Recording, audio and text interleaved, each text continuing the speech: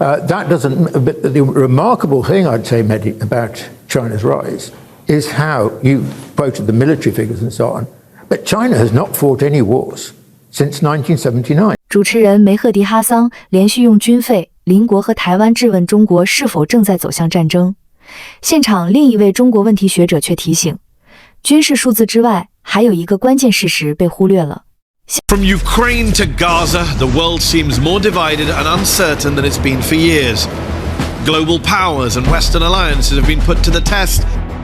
And amid the turmoil, China is rising to challenge the world order.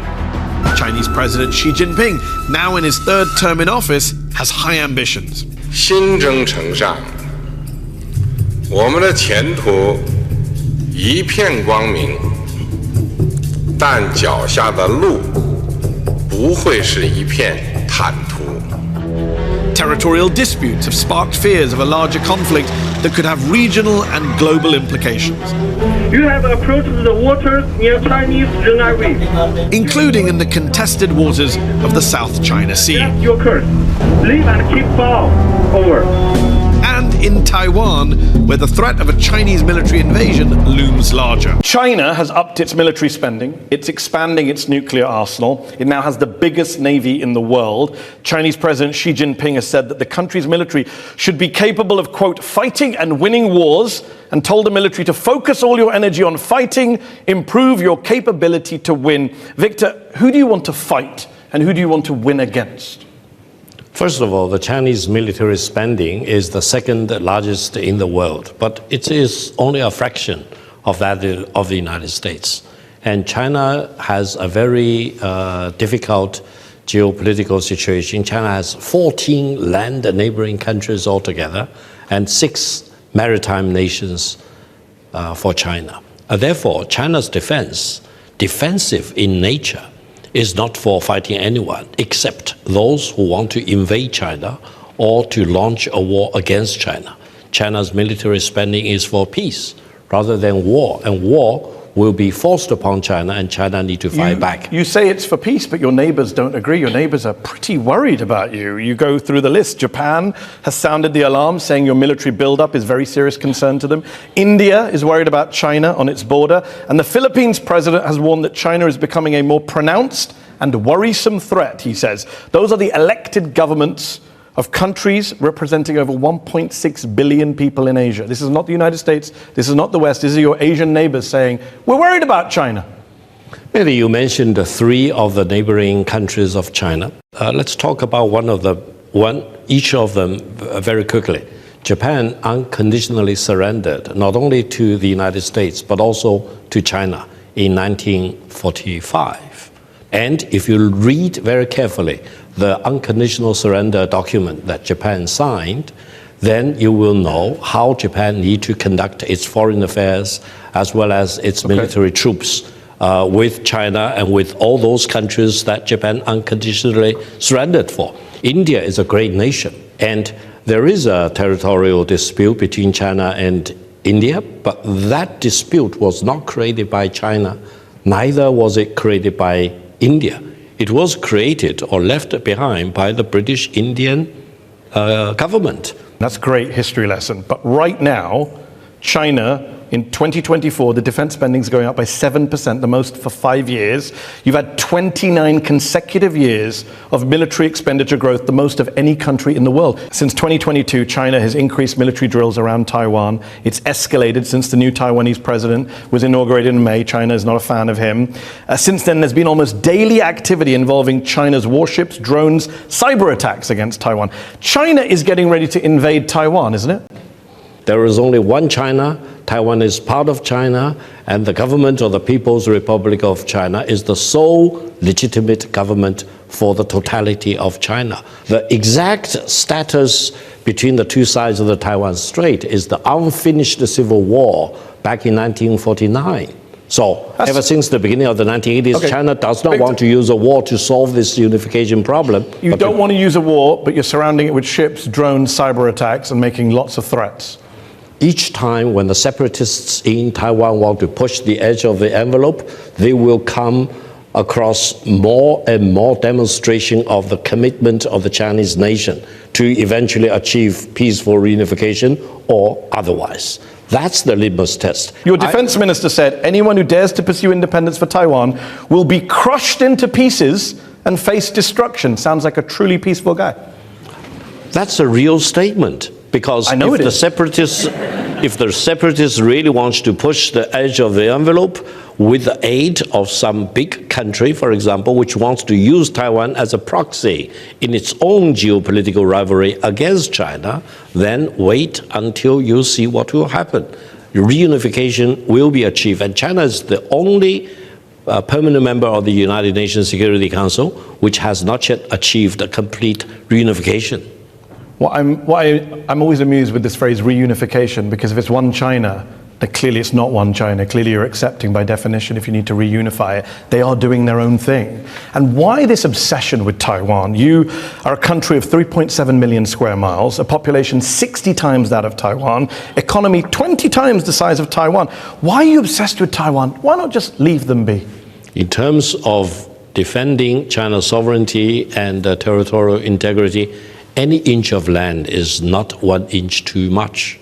Any one single person is not one person too many. So we need to achieve reunification. Even though they don't want to be part of your country. 12% of the people of Taiwan say they want to reunify with China. 12%. You can't get more unpopular than that in that. Mehdi, it's not up to the people in Taiwan to decide about the one China policy. You're very blunt in your disregard for people's views, freedoms, dignity. You say that you don't care about what they think. You also said in an interview with the French newspaper Le Monde, once we get the island back, we'll have to ask everyone's origins. Those who have Japanese ancestry, who you basically say can constitute 10% of the population, will have to pledge loyalty to reunification in writing, otherwise we'll have to help them leave. You're basically calling for the ethnic cleansing of 2.3 million people in Taiwan. No, you remember back in 1945 when Japan unconditionally surrendered, a lot of people in Taiwan who originally came from Japan, they were the rulers of Taiwan at the time, they stayed behind because of the magnanimity of the Chinese nation.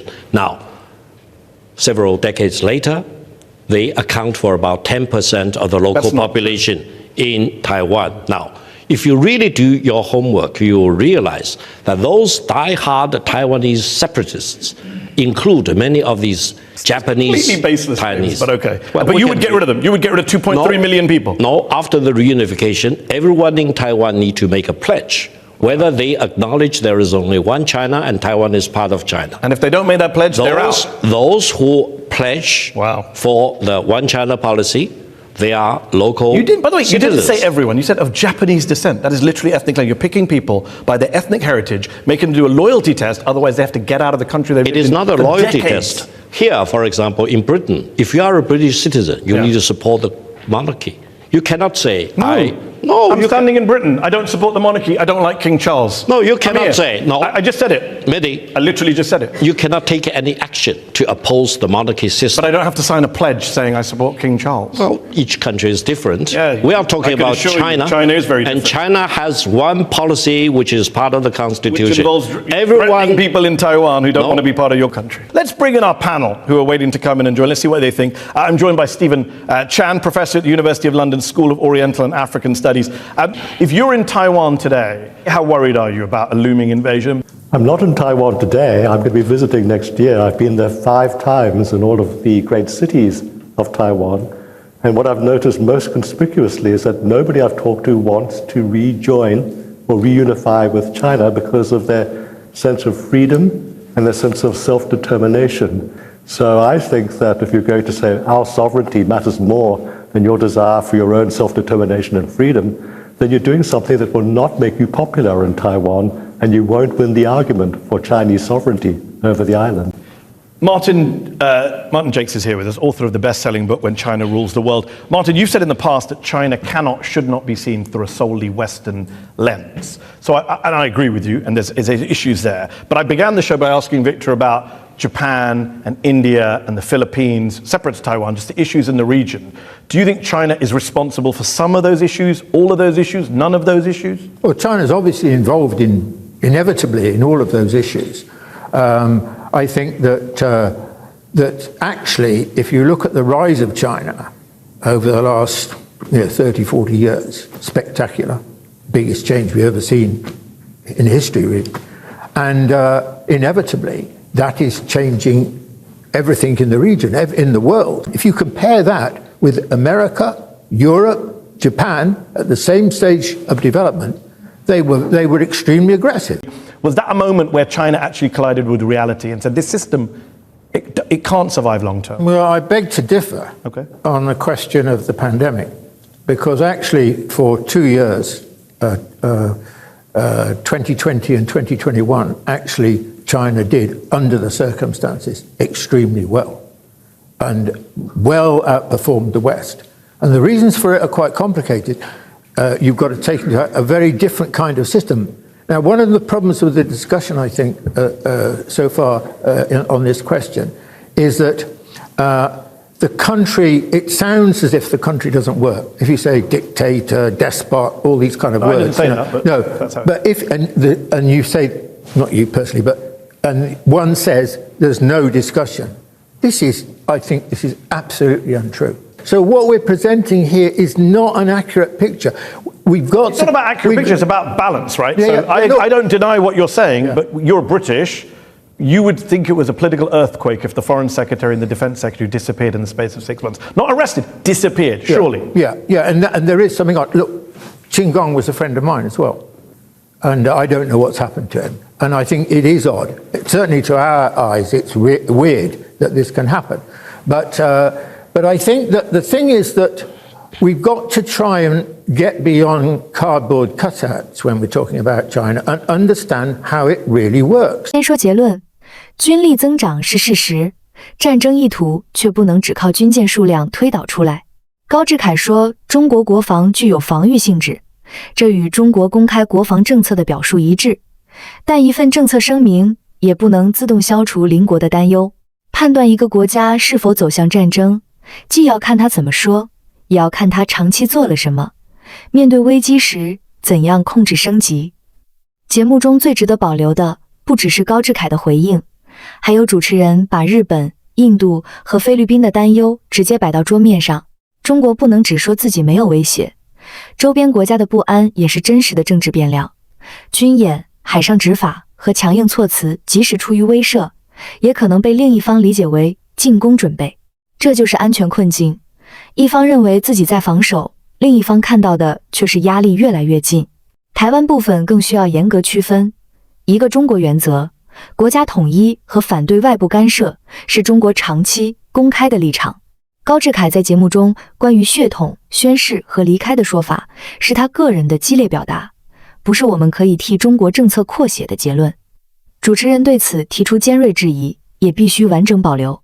维护主权并不意味着任何个人说法都不需要接受事实和法律检验。马丁雅克补上的那句话很重要，他说，中国自1979年以来没有参加过战争，更准确地说，中国此后没有再进行同等规模的大型对外战争，但边境冲突、海上摩擦和军事对峙当然存在。即便如此，中国的经济和军事实力快速上升，却没有沿着殖民扩张和连续海外战争的道路发展。这个事实是评估中国必然走向战争时不能跳过的一环。中国真正做得好的是把相当长一段和平环境转化成发展能力，基础设施、制造业、教育、贸易和科技投入，都是在没有把国家资源长期消耗于海外战争的情况下积累起来的。强大国防的意义也应该是守住这种发展环境，让外部力量不敢轻易把冲突强加给中国，而不是把战争本身当成力量证明。这并不意味着军力越强，风险就会自动下降。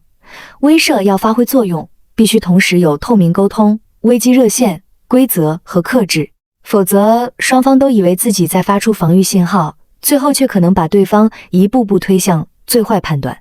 对中国来说，继续让周边国家看到合作收益，也让自己的红线表达保持清楚、稳定和可预期，比一味提高声音更有利于安全。同场专家最后提醒，讨论中国不能只靠独裁、威胁这样的纸板模型，他也承认中国存在需要解释的问题。这种承认并不会削弱中国的发展成果，反而让判断更可信。一个真实运行的中国，既有强大的组织和发展能力，也有政策争议、沟通缺口和外界疑虑。理解这些复杂性，才可能减少误判。所以，中国军力增强是否意味着战争临近？答案不能从一张军费曲线直接得出。更值得观察的是，中国是否继续把国防力量用于威慑和发展保障，是否能在主权问题上保持定力，也能在危机中留下谈判空间。一个强国最有价值的能力，不是证明自己能打一场战争，而是让战争没有必要发生。